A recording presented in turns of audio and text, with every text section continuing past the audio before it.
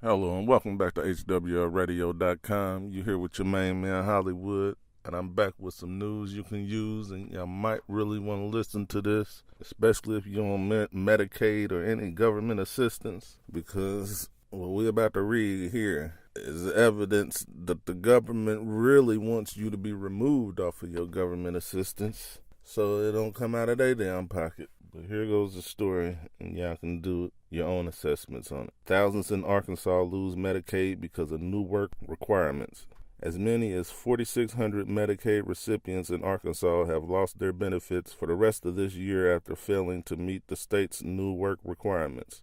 Arkansas became the first state ever to implement work requirements after gaining approval from the Trump administration earlier this year. Under the new rules, which took effect in June, recipients must work, go to school, volunteer, or search for jobs for at least 80 hours a month or be stripped of their coverage until the following year. The affected beneficiaries, mainly non-disabled adults in their 30s to 40s who don't have dependent children, failed to report any work activity for 3 months. This prompted the state to drop them from the rolls. A final tally will be available next week. State officials said they made many efforts to contact those subject to the new requirement, including sending letters and emails, making phone calls and videos, working with community organizations, and setting up a call center to answer questions. Those who could not find employment were offered training. Recipients had to log their hours online, but could designate certain others,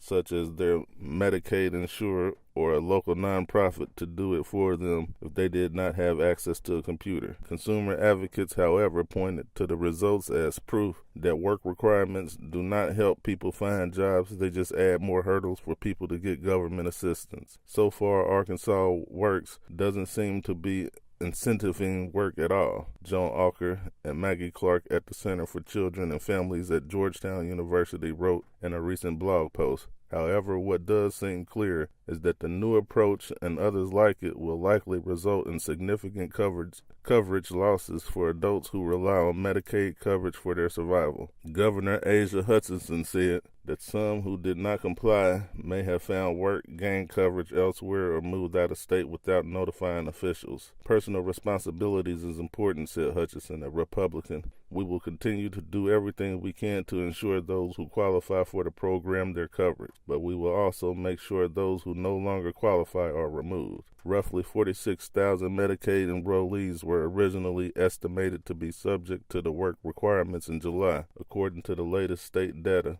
Those 19 to 29 will become subject to the new rules next year. More than 30,000 of these recipients were already meeting the mandate by working or engaging in other activities, so they were exempt from reporting each month. Several thousand more received other exemptions or had their cases closed for unrelated reasons.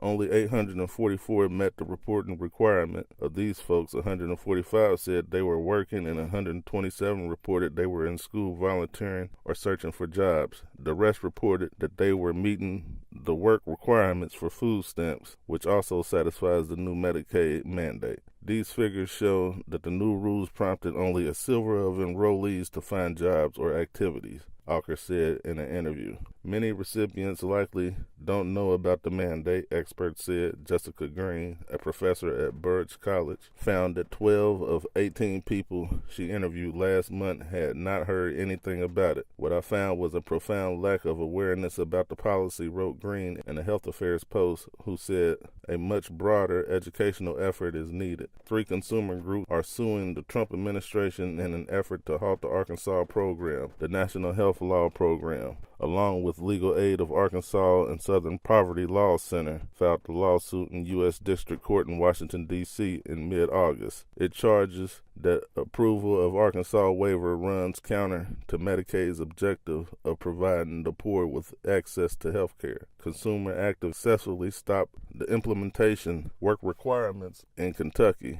in June. The Trump administration has also approved requests to implement work requirements in Indiana and New Hampshire, though the new rules have yet to take effect in those states.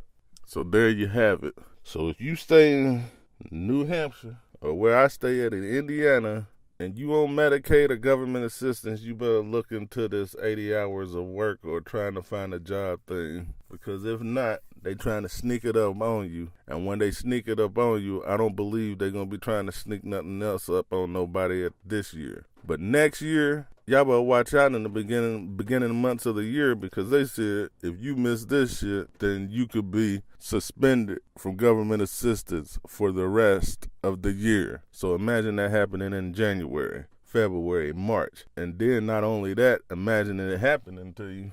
Imagine not knowing. So y'all gonna need to like, share, and subscribe to this damn channel, because I got news like this that they don't want you to find out. That's what I'm here for. I read the shit for you, and I deliver the shit to the people that I feel is important, that I know that they did not want to read or they did not want to listen to. So that's going to be the show for today. So go over to HWLRADIO.com. Make sure you download the radio station app, 24/7 new music, no commercials, ad-free.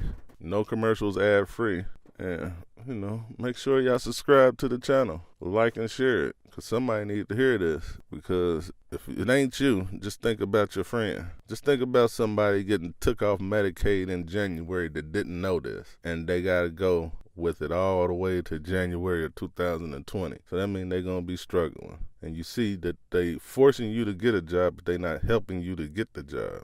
So that's what the argument was. And it's already going on in Arkansas. So imagine what the argument's going to be in Indiana and New Hampshire. So that's it. Just pay attention, and I'm out.